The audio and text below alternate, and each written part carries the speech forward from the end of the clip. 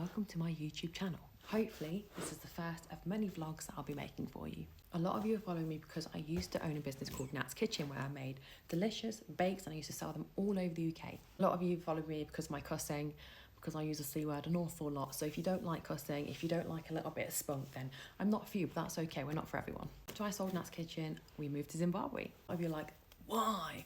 Well, my husband's Zimbabwean. Well, he's actually South African, but he moved to Zim when he was a child, and so we call him Zimbabwean. And the lifestyle here is amazing. You get good weather, you get a great social life. Most of the nation here have staff, and so we have maids and gardeners, who are amazing, by the way.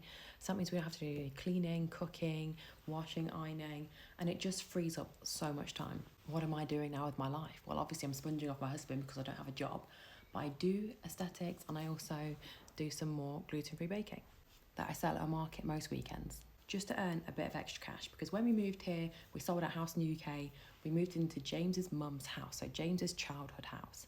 And we basically built her and her partner a annex on the side of this house, and we spent all of our money. So now we're broke, and I need to earn some money somehow. Have you noticed when you're younger, you're a bit shy to talk about money, but then when you get older, you either got money or you don't.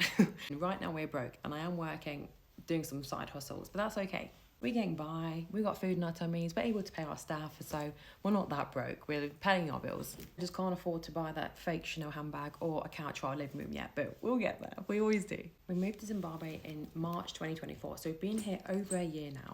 Kids are loving their life, we're all loving our life. I think I'm finding it harder to adjust than everyone because I lived all of my life in the UK, and that's home for me, and that's where my family are, and so I'm finding it a little bit more difficult. Sometimes I'll sit in the bottom of the shower and I'll cry, but that's okay, like that's life. And I've always looked at the positives in life.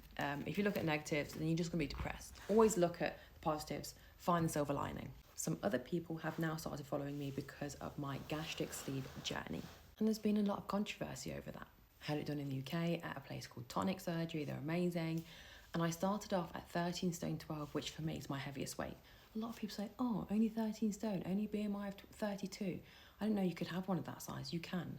And actually a lot of people my size have had them done, but they keep it quiet because the amount of abuse that they get from people criticising them over that.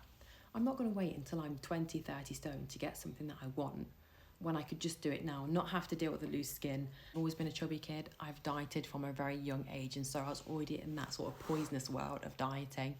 I've done diets, the diet groups, I've done injectables, I've been to counselling, I've had an eating disorder since I was in my teenage years. Food was my comfort. I did years at the gym, and because I did all these things, I also did a gastric balloon as well. I don't know if I mentioned that, but because I've been through years of doing all this stuff. When I approached the surgeon, he just said, look, you've done everything that you've needed to do, what I would have recommended you to do.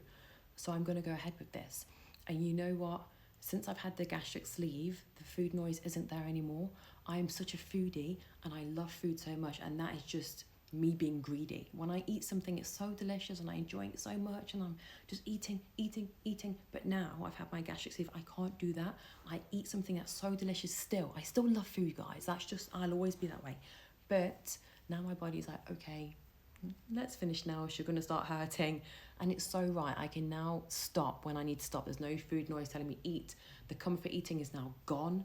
The other day I had a really bad day, one of the days, and I just sat in the bath for 2 hours sulking, but that managed to get me out of my funk, and I didn't go for food, which is amazing. Some people may call it the easy way out or the lazy route, but for me, I'd done years and years and years of trying to lose this weight, and it just was just going up and up and up, and I was enough. And lots of people don't understand, and they're quick to judge even though they don't know the full story. I'm telling you the full story now, so I'm hoping that you'll understand better. So far, I've lost about 2 stone.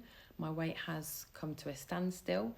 I need to start logging my weight because I know it's a meat issue. Because I'm such a foodie, I am eating the right foods, but I'm eating like nuts here and there, a little bit of chocolate here and there, and it all adds up in calories. When I drink a cup of tea, I worked out that the calorie content is 65 calories, because here you don't get semi-skim milk, you only get full fat milk, and I have quite a lot of milk. I like it to be milky, so again, that's adding up the calories. So I need to start logging my food so the weight can start dropping off, because it's easy to maintain the weight after having a gastric sleeve, but you still have to work at dropping the weight off, because you can still eat the wrong foods and the calorie intake still be high. Today is actually day 1 of logging my food, and so far I've had 400 calories, and that includes 3 cups of tea. People are also very judgy as well when it comes to people that have had bariatric surgery, including people that have had bariatric surgery. Actually, they're the worst because they are like, I can't eat this much, you're doing this, and I can't do that, you shouldn't be doing that, you should chew this much. Fuck off. Literally, get fucked. It's my journey. Because I started at a lower weight, the surgeon didn't cut away as much stomach. It's not a one size fits all. It's their discretion. They make decisions based on what they think that you need. And that's what my surgeon said. Like, I was smaller.